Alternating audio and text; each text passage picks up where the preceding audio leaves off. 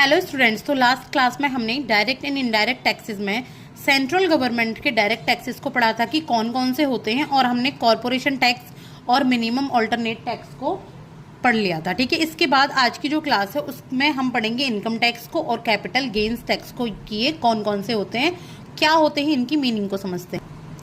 तो देखिए, income tax क्या होता है। इनकम टैक्स किसी भी पर्सन की इनकम पर लिवाई होता है। जो भी पर्सन जिस भी तरीके से कमा रहा है, जो इनकम उसको हो रही है, उस पर लिवाई होता है गवर्नमेंट के द्वारा, सेंट्रल गवर्नमेंट के द्वारा। ठीक है, और ये सेंट्रल गवर्नमेंट को ही पे किया जाता है। इसमें एक स्लैब होती है, आपने सुना होगा 5% की, 10% की, 15% की। जैसे जैसे इनकम होती है, जैसी जैसी इनकम होती है वैसी ही ये स्लैब होती है। कम इनकम के लिए कम परसेंट का टैक्स देना होता है, जैसी इनकम ज़्यादा बढ़ती जाती है ज़्यादा ही टैक्सेस पे करना पड़ता है। और ये उसी पर्सन को पे करना होता है जिस पर ये लेवाई किया गया है। ये पर्सन दूसरे को शिफ्ट नहीं कर सकता। ठीक है, इनको जैसे सर्विस टैक्स को शिफ्ट कर सकते हैं।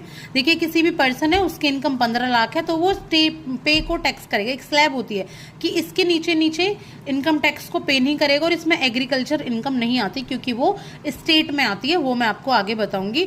अभी जो 2025 में चल रहा है, तो 12 लाख तक की इनकम पर कोई भी टैक्स नहीं है, और टैक्स स्लैब भी मैं आपको बताने वाली हूँ इनकम टैक्स की टैक्स स्लैब क्या है। तो ये देखिए, 2025 से 26 की जो इनकम टैक्स स्लैब है वो है 0 से 4 लाख। सबसे पहले एक बात समझ लो कि अप टू 12 लाख तक तो आपको कोई टैक्स नहीं देना, यानी कि अगर आप 12 लाख से कम कमाते हैं तो आपको कोई टैक्स नहीं देना। लेकिन अगर आप 12 लाख से ज़्यादा कमाते हैं ना, तो आपके 4 लाख तक, 0 से 4 लाख तक आपको कोई टैक्स नहीं देना होगा। 4 लाख की इनकम से, 4 लाख से 8 लाख के बीच की इनकम पे फिर आपका 5% शुरू हो जाएगा। ठीक है, और 8 लाख से 12 लाख पर 10% लगेगा, 12 लाख से 16 लाख पे आपका 15% लगेगा, 16 लाख से 20 लाख पे 20%, और 20 लाख से 24 लाख पे 25%। ये तब लगेगा आपका जब आप 12 लाख से ज़्यादा कमा रहे हैं, तो 4 लाख से आपका टैक्स स्टार्ट हो जाएगा लगना। और अब मैं आपको जो बताने वाली हूँ 1 मिनट में, वो बताऊंगी मैं आपको कैपिटल गेन टैक्स। तो कैपिटल गेन टैक्स लगता है जब आप कोई भी कैपिटल खरीदते हो, आपने कोई कैपिटल पे प्रॉफिट कमाया है। जैसे कि आपने प्रॉपर्टी खरीदी 1 करोड़ में, आपने बेची अगर उसको 90 लाख में, तो आपको टैक्स नहीं देना। अगर आपने 1 करोड़ में बेच दी तो भी आपको टैक्स नहीं देना। लेकिन अगर आपने 1 करोड़ 10 लाख की, तो आपको इस 10 लाख पर एक X% का कैपिटल गेन टैक्स आपको देना होगा।